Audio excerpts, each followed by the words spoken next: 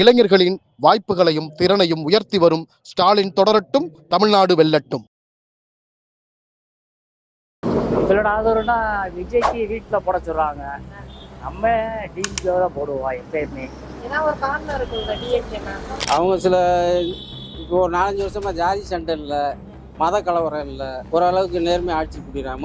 வந்து மக்கள் வந்து அமைதியாக இருக்கணும். ரவுடிஸும் ஒழிஞ்சிருக்கு முக்கியமா. போலீஸு எல்லாமே ஸ்ட்ரிக்டாக இருக்காங்க. இப்போ கொஞ்சம் பரவாயில்ல, பப்ளிக் தைரியமாக போகிறாங்க, புலங்குறாங்க. காசு பணம் ஒரு பக்கம் தனியாக இருக்கட்டும், இருந்தாலும் பாதுகாப்பான சூழ்நிலை வேணும்ல, அது இந்த அரசு கொடுத்துருக்கு. கோர்ட்டோட கண்டெம்ட் வந்தாலும் பரவாயில்ல, எங்களுக்கு நாங்கள் அதை எதிர்கொள்கிறோம் அப்படின்ட்டு ஒரு தைரியமான ஒரு முடிவு எடுத்தார் அன்னைக்கு சிஎம். அதனால தான் பெரிய மதக்கலவரம் இந்தியா பூரா பரவ இருந்த மதக்கலவரம் வந்து தடுக்கப்பட்டுச்சு. We are not allowing. We will face the consequences. அதுக்கு இவர் வாயை திறக்கல. நம்ம ஆளு இவர் எதுக்குமே திறக்க மாட்டேங்கிறாரு. மக்களுக்கு இந்த மாதிரி திட்டங்களை வந்து எடுத்து சொல்லி கொண்டு போய் சேர்க்கறதுக்கு வந்து ரொம்ப ஆளுமை வேணும். அந்த ஆளுமை வந்து இப்போ ஆளுகின்ற திமுக அரசுக்கு வலுவாக இருக்கு. அதனால நாங்கள் வந்து டிஎம்கே ஏடிஎம்கே வாய்ப்பு கொடுத்துட்டோம். ஆனால் திரும்ப டிஎம்கே ஏடிஎம்கே இல்லாமனா டிவிகேக்கு தான் கொடுப்பாங்க. ஏன்னா நாமத்தில் கொடுக்காத காரணமே அதுதான். அதனாலயே நாம் தமிழர்லாம் வர வாய்ப்பு கிடையாது, டிவிகே தான் வரும். தெலுங்கு வந்து இங்கே இருக்கக்கூடாது, அவங்க கன்னடம் வந்து இங்கே இருக்கக்கூடாது, தமிழ்நாடு மட்டும் தமிழ்நாட்டில் இருக்கணும் அப்படின்ற மாதிரி பேசு. அதனால வந்து அவர் இப்போ தீ பிடிக்கல. இப்போ அண்ணாமலை இல்லை சீனில், அதுக்கு பதிலாக இவர் வந்திருக்காரு. அவர் இருக்கிற வரைக்கும் குழப்பம் பண்ணிக்கிட்டு இருந்தாரு. அந்த குழப்பத்தை இவர் இப்போ பண்ணிக்கிட்டு இருக்காரு. நாட்டு மக்கள் நன்மை ஏற்பட போகிறது இல்லை, இவங்களுக்கு நன்மை ஏற்பட போகிறது இல்லை. கடைசி வரைக்கும் இப்படியே தான் ஓட்டிகிட்டே போயிட்டு இருப்பாங்க இவங்க. அதனால் இவங்க நம்பி ஏமாறாதீங்க, டிவிக்கு நம்பி ஏமாறாதீங்க. யாரும் பிடிஆர் முடிஞ்சதும் அவரால் இந்த கார்பரேஷனில் வந்து ஒழுங்குமுறை பண்ணுறாரு. அதெல்லாம் பார்த்துக்கிட்டு தான் இருக்காரு. சாலை வியாபாரிகளுக்கு நல்லா உதவி பண்ணுறாரு. வண்டி ஏதோ முடிஞ்சதோ செய்கிறாரு. வந்து பக்கபலமாக இருக்கார் பிடிஆர். கிருத்திகா தங்கப்பாண்டியன் அவர்கள் மிக எளிதாக இந்த தொகுதியில் வெற்றி பெறுவார். இந்த தடவை கண்டிப்பாக தகர்ந்து போகும். வாய்ஸ் ஆஃப் டிஎன் நடத்தும் கருத்தரங்கம். அமெரிக்க இஸ்ரேல் பயங்கரவாத போர், எதிர்த்து நிற்கும் ஈரானின் வீரம். தலைமை தோழர் நாதன், சிறப்புரை தோழர் மருதையன். நாள் 5/4/2026 ஞாயிற்றுக்கிழமை. நேரம் மாலை 6 மணி. இடம் படைப்பு குழுமம், பவர் ஹவுஸ், அம்பேத்கர் சிலை அருகில், கோடம்பாக்கம், சென்னை. அனைவரும் வருக.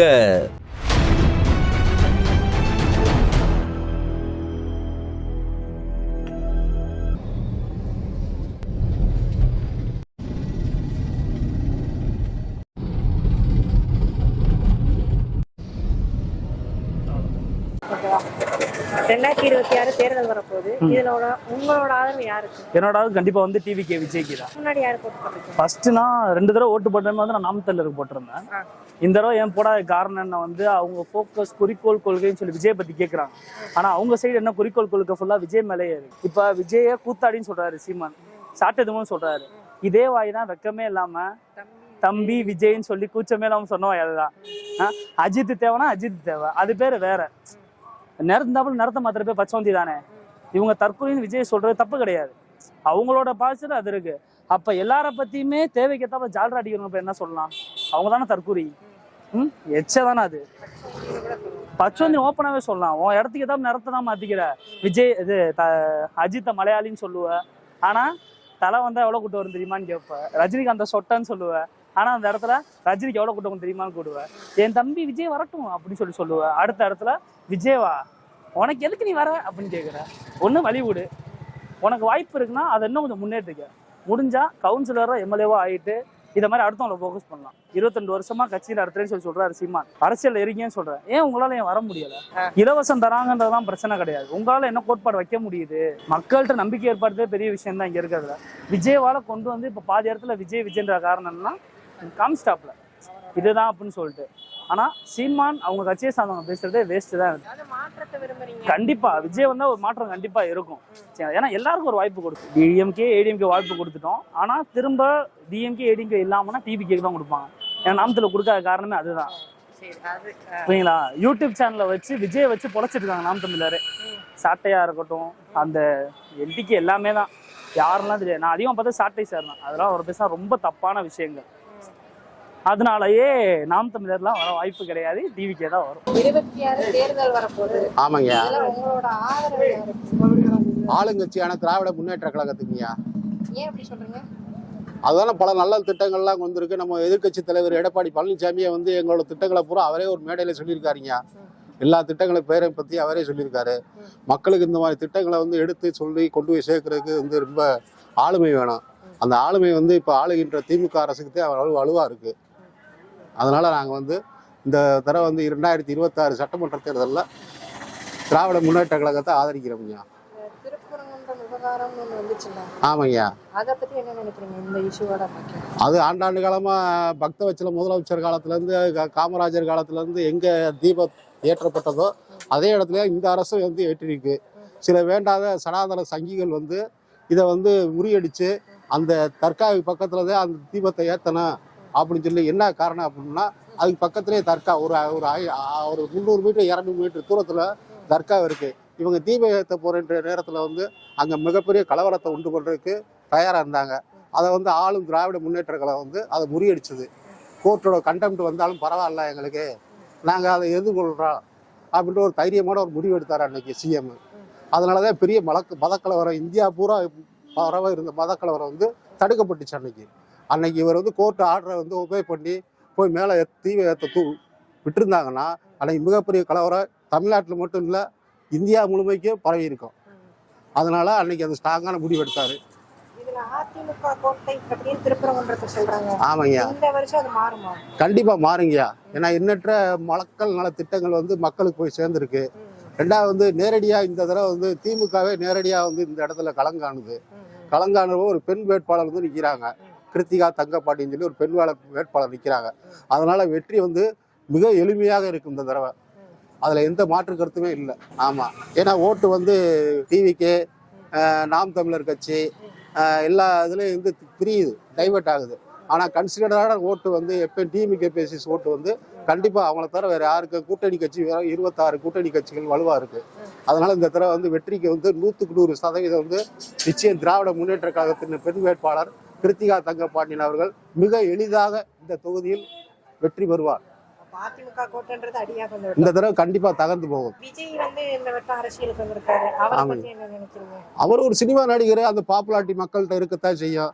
எப்பயும் வந்து விஜயகாந்த் இருந்தபோது எப்படி ஒரு மாபெரும் எழுச்சி இந்த மதுரை மாவட்டத்திலிருந்து தோன்றுச்சோ அதே மாதிரி ஒரு எழுச்சி இருக்கு. ஆனா அது வந்து ஓட்டா கன்வெர்ட் ஆகும்னா 100% மாறாது. வாக்கு வந்து அந்த நேரத்துல வந்து மக்கள் என்ன முடிவு எடுக்கிறாங்களோ அதுதான். இப்ப வந்து அவரோட கூட்டம் வந்து பெரிய கூட்டம் ரசிகர்கள் பட்டாளம் அப்படின்பாங்க. அது வந்து அந்த ஓட்டிங் இதுல வந்து மாறி போகுங்க. கண்டிப்பா மாறும். ஒரு 10% 15-12% அவரோட ஓட்டு பிரிக்கிறது.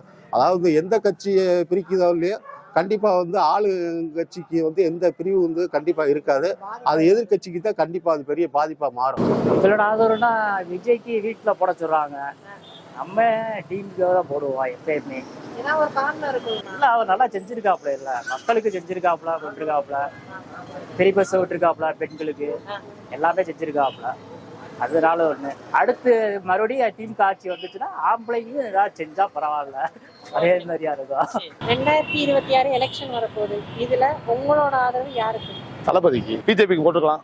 பிஜேபி எலிமிக்கோட கூட்டணி வச்சிருச்சு, அதனால போடல. எங்க வந்து இது மதசார்பற்ற கூட்டணி இருக்குல்ல, திமுக கூட்டணி, அவங்களுக்கு தான் ஆதரவு கொடுக்கலாம். அவங்க சில இப்போ 4-5 வருஷமா ஜாதி சண்டை இல்லை, மத கலவரம் இல்லை, ஓரளவுக்கு நேர்மையாக ஆட்சி பிடிக்கிறாங்க. முத வந்து மக்கள் வந்து அமைதியாக இருக்கணும். காசு பணம் ஒரு பக்கம் தனியாக இருக்கட்டும், இருந்தாலும் பாதுகாப்பான சூழ்நிலை வேணும்ல, அது இந்த அரசு கொடுத்துருக்கு. எந்த பயம் இல்லாமல் இருக்கும். வேற இப்போ மதுரையில பூரா நல்லா வளர்ச்சி பணிகள் நல்லா பண்ணியிருக்காங்க. பாலங்கள் அது இது மக்கள் போக்குவரத்துக்கு இடையூறு இல்லாமல் இருக்குது. இப்போ அவங்க வேகமாக போயிட்டுருக்காங்க. எங்கே போய் சேர வேண்டிய இடத்துக்கு கரெக்டாக போயிட்டுருக்காங்க. விபத்தும் கொஞ்சம் அதிகமாக இல்லாமல் இருக்குது. இல்லைன்னா முதல்ல விபத்து அடிக்கடி நடக்கும் இந்த பாலத்துக்கிட்ட. அதெல்லாம் இப்போ போக்குவரத்து கொஞ்சம் ஃப்ரீயான உடனே இந்த பாலம் கட்டினனால கொஞ்சம் மக்கள் வந்து அவங்கவுங்க போக்குக்கு போயிட்டுருக்காங்க. இப்போ இந்த 3000-5000 ரூபா கொடுத்துருக்காங்கல்ல, அது கொஞ்சம் மக்கள் மத்தியில் நல்ல பேர் இருக்குது. பஸ்ஸில் போகிறது ஃப்ரீயாக கொடுத்துருக்காங்க பெண்களுக்கு, வெடியல் பயணம்.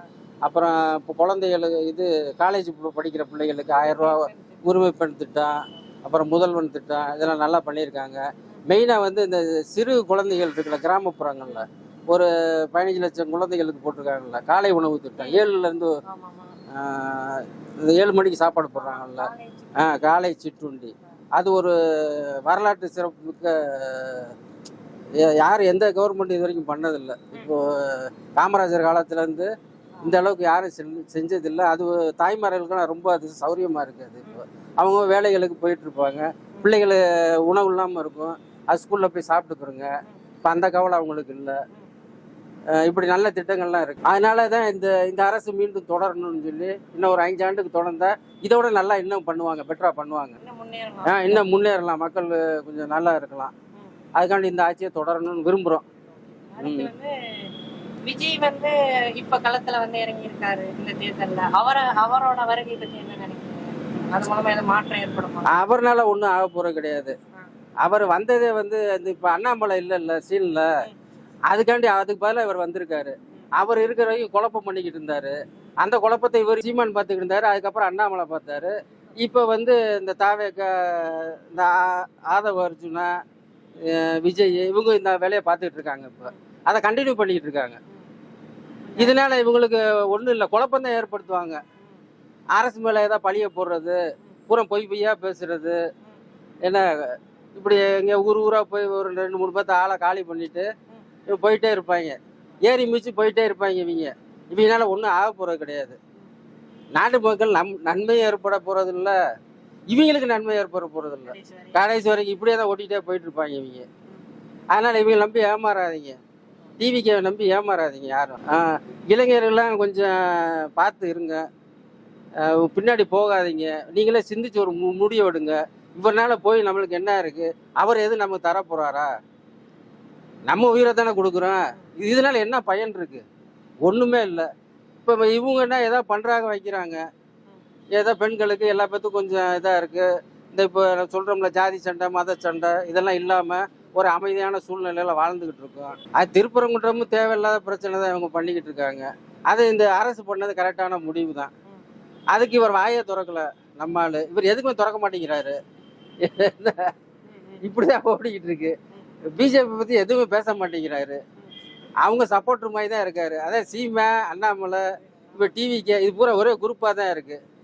இவங்களால மக்களுக்கு எந்த பயனும் கிடையாது. அதனால் இந்த ஆட்சி மீண்டும் ஒரு 5 வருஷம், இன்னும் ஒரு 5 வருஷம் தொடரணும்னு நாங்கள் விரும்புகிறோம். மக்கள் அதுதான் எல்லா பேருமே எதிர்பார்க்குறாங்க. மதுரை மக்களும் எல்லா பேரும் அதான் விரும்புகிறாங்க.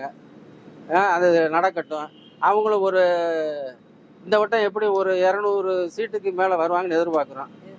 ஆமாம், எதிர்பார்க்குறோம். அது நடக்கணும். மக்களாகிய எல்லோரும் ஒத்துழைப்பு கொடுங்க. என்னோட ஆதரவு விஜய் டிவிக்கு. ஏன்னா இப்போ இருக்க எக்ஸஸ் வந்து அரசியல் பேசுகிறாங்க. பிஃபோர் 10 இயர்ஸ் முன்னாடி அரசியல்னால் என்னன்னே தெரியாது. எல்லாம் ஒன்று டிஎம்கே ஏடிஎம்கேன்னு ஓட்டு போட்டு அப்படியே போயிட்டாங்க. ஆனால் விஜய் வந்ததுக்கு அப்புறம் ஆஃப்டர் 3 இயர்ஸ் எல்லாருமே வந்து சின்ன பசங்க முதல்ல அரசியல் பேசுகிறாங்க. அவங்களுக்கு என்ன அரசியல்னால் என்னன்னு தெரிய வச்சதுக்கு காரணமே விஜய் தான். அப்போது அவர் கண்டிப்பாக ஒரு சப்போர்ட் பண்ணணும். ஒரு புது மாற்றம் வேணும் அப்படின்னா புதுசாக ஒருத்தருக்கு வாய்ப்பு தரணும் அப்படின்றதுனால விஜய்க்கு சப்போர்ட் பண்ணணும். அதுக்கு முன்னாடி வந்து நான் சீமானுக்கு போட்டிருந்தேன்.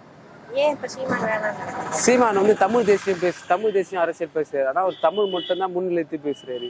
மற்றவங்க வந்து தெலுங்கு வந்து இங்கே இருக்கக்கூடாது, அவங்க கன்னடம் வந்து இங்கே இருக்கக்கூடாது, தமிழ்நாடு மட்டும் தமிழ்நாட்டில் இருக்கணும் அப்படின்ற மாதிரி பேசுறாரு. அதனால வந்து அவரை இப்போதைக்கு பிடிக்கல. மாற்றத்தை வேண்டி டிவிக்கு சப்போர்ட் பண்ணுறேன்.